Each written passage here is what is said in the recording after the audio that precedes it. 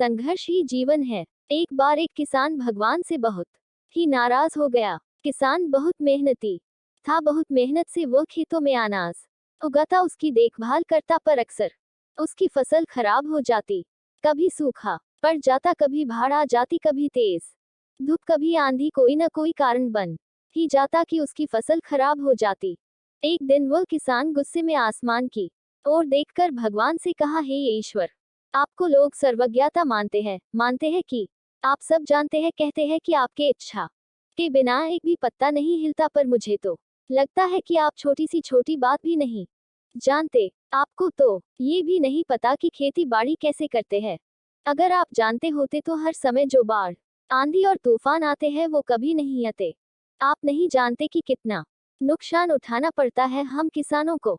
यदि आप मेरे हाथ में ये शक्ति दे दे कि जैसा मैं चाहूँ वैसा मैं मौसम कर दूं, फिर आप देखना, मैं अन्य के भंडार लगा दूंगा। भगवान इस किसान के तीखे वाक्य सुनकर मुस्कुरा रहे थे और वह किसान के सामने प्रकट होकर बोले, मैं आज से तुझे ये शक्ति देता हूँ कि तुम अपनी खेतों पर तुम्हारी जैसी इच्छा ही तुम वैसा मौसम कर दोगे। मैं बिल्कुल भी दखल नहीं दूंगा, तुम्हारी इच्छा से सब कुछ होगा। किसान बहुत खुश हो गया। किसान ने गेहूं की फसल अपनी खेतों में बोई। जब उसे लगा कि खेतों को धूप चाहिए तो खेतों को धूप मिले, जब पानी बरसना चाहिए तभी पानी बरसा। आंधी, तूफान, बाढ़, कुछ भी उसने अपने खेतों पर आने नहीं दिया। किसान के खेत में इस वर्ष ऐसी फसल हुई जैसी कभी नहीं हुई थी। हरी भरी लहलहाती फसल। मन ही मन वह बहुत खुश हो गया और सोचने लगा, अब सबूत के साथ दिखाऊंगा भगवान को कि इसे कहते हैं शक्ति का सही उपयोग। मेरी सफलता देखकर उन्हें अपनी नियम जरूर बदलने पड़ेंगे। कुछ दिन गुजरे, फसल कटने को तैयार हो गए। किसान बहुत उत्सुकता के साथ फसल को काटने लगा, पर जैसे ही उसकी नजर गेहूं की बालियों पर गया तो उसने अपना सिर पीट लिया और वह रोने चिल्लाने लगा। गेहूं की एक भी बाली के अंदर गेहूं का दाना नहीं था, सारी बालियां अंदर से खाली थी। किसान बहुत दुखी हो गया। उसने भगवान को रोते हुए फिर पुकारा, हे प्रभु, तुमने ये मेरे साथ क्या किया? क्या तुमने मुझे कोई सजा दी? भगवान बोले, पुत्र, ये तो होना ही था। तुमने पौधों को संघर्ष करने का मौका ही कहाँ दिया।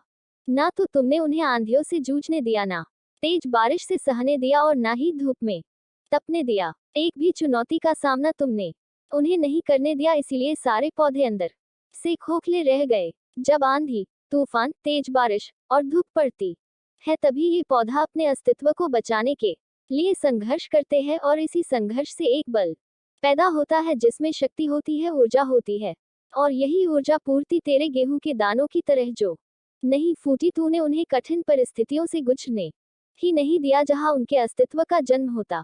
सारे बालियां इसीलिए खाली है, इसमें एक भी गेहूं का दाना इसलिए नहीं है क्योंकि तुमने अपने पौधों को संघर्ष कराया ही नहीं।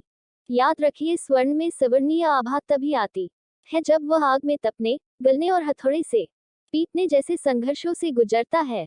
कोयले का टुकड़ा हीरा तभी बनता है जब वह उच्च दाब और उच्च ताप की मुश्किल परिस्थितियों से गुजरता है। इसी तरह यदि हमारी जिंदगी में कोई संघर्ष ही ना हो, कोई चुनौती ही ना हो, तो हम भी गेहूं की बालियों की तरह खोखले रह जाएंगे, कोई अस्तित्व नहीं होगा हमारा।